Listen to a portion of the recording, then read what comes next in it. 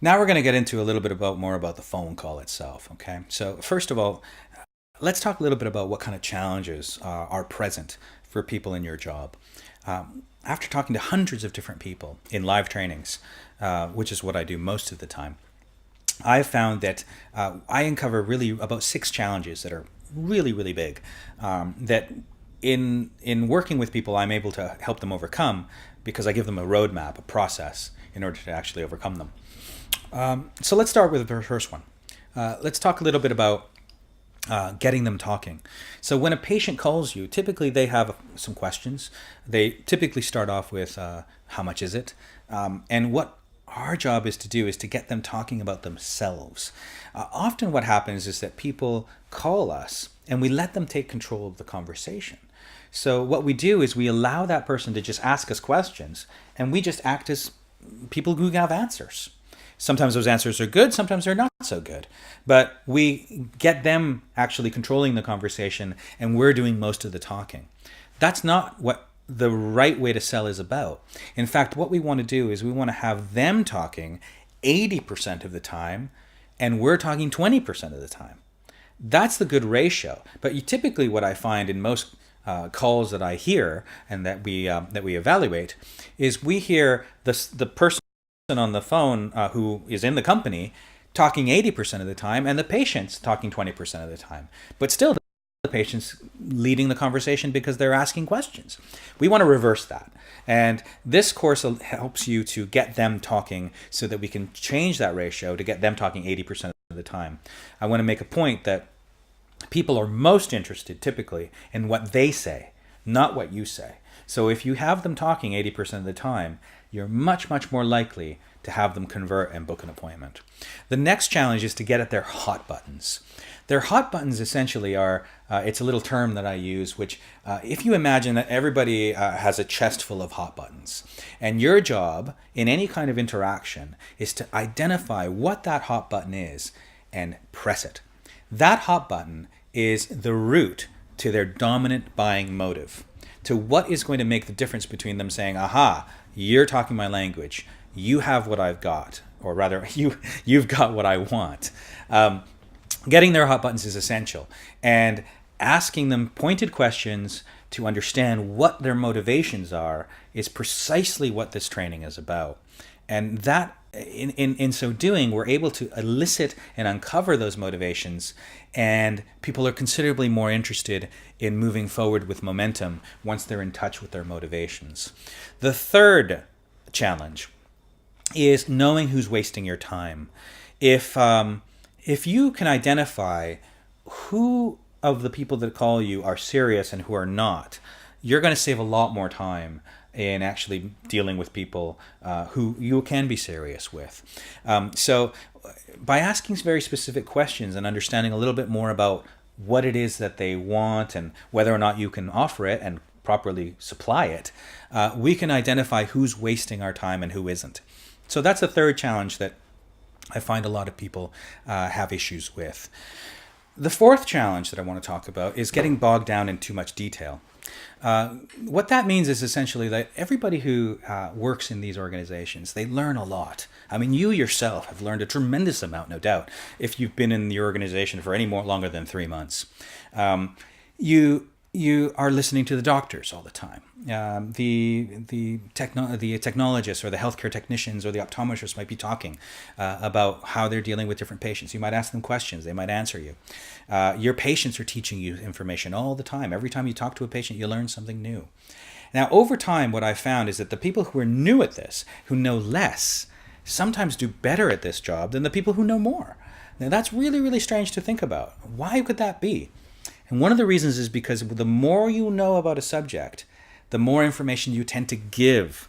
Now, you might be thinking, well, isn't that why they're calling me? Shouldn't I be here to give information? Well, to a degree. What you want to do is you want to give them enough information to entice them into booking an appointment. So you don't really necessarily want to have a consultation on the phone. You want to invite them to a consultation on the phone. And that means drawing down a little bit on the amount of detail that you give. You know a lot of detail. You know a lot of information. The most important thing is knowing what to do with that information. You don't necessarily have to stand there and answer every single question. You don't have to give people all the information that you have in order to convince them that you know your stuff. What you need to do is you need to give them nuggets of information that then let them know, well, this information that I've just shared with you is more common information, more common knowledge that you can get from any website or brochure.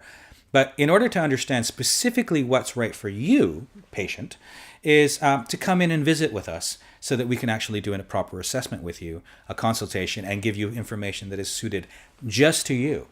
That's how we get around giving too much information and giving too much detail and getting bogged down in that. The fifth challenge is handling objections. So what do we do when somebody says, I want to think about it, which a lot of these people do. They'll phone you. They might be intent on understanding more about what is being offered, but then they want to think about it. And that, you know what, that's entirely fine. It's totally okay that people want to think about appointments. However, what I find often is that people are confused when they call. They think they're making a decision on whether or not to have the procedure with you, as opposed to just simply making the decision to come in for an appointment, which is much, much less commitment than actually having a procedure. Often the cost is much less, if not free, and there's considerably less risk involved. So I think what happens often is we get confused ourselves on the phone in trying to sell the product that we're selling. For example, if I'm talking about laser eye surgery, I might be very, very knowledgeable about laser eye surgery and tell all about that particular procedure, everything I know about it. But the key thing here is that you're not selling laser eye surgery on the phone. And the reason for that is because no one can buy it on the phone. They have to come in. So what you're selling is the appointment to discuss laser eye surgery. And that's where we want to focus. So handling objections often can be dealt with just knowing what it is that you're actually selling. And number two, following a very, very clear process in engaging with disagreement in such a way that you don't come off as threatening or combative or pressurizing. Often objections are simply requests for more information that, once clarified, we can provide. And typically, I find that the more excited a person is, the more motivated the patient is, the fewer objections they'll have. What I often find is that they tend to overcome their objections themselves. And that's the kind of environment that I want to cultivate. The last obstacle or challenge that people have on the phone is creating urgency. And I think we have to face it.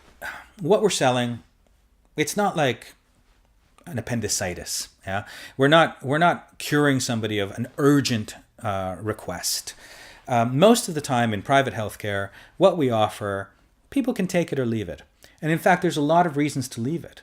If you think about it, the longer people wait to have any kind of private healthcare, like say laser eye surgery, for example, the longer they wait, the better the technology is going to be. Yeah, the longer they wait, the cheaper it might actually become. The longer they wait, the better the doctors are going to be at doing it. The longer they wait, the more courage they might actually have in order to actually get it done. The longer they wait, the safer and the fewer side effects that might arrive. Hell, we might even find that one day somebody will be able to put a drop in your eye and cure you of all your refractive problems. So if you think about it, there's a lot of good reasons to wait. But on the flip side, there's a lot of good reasons to do it, and to do it now. And what we need to do is we need to find out how can we not entice them to do things that they don't want to do by giving them special offers or, discounts or anything like that, but rather by creating an urgency in them that stems from their own desire, from their own motivation in order to have this done.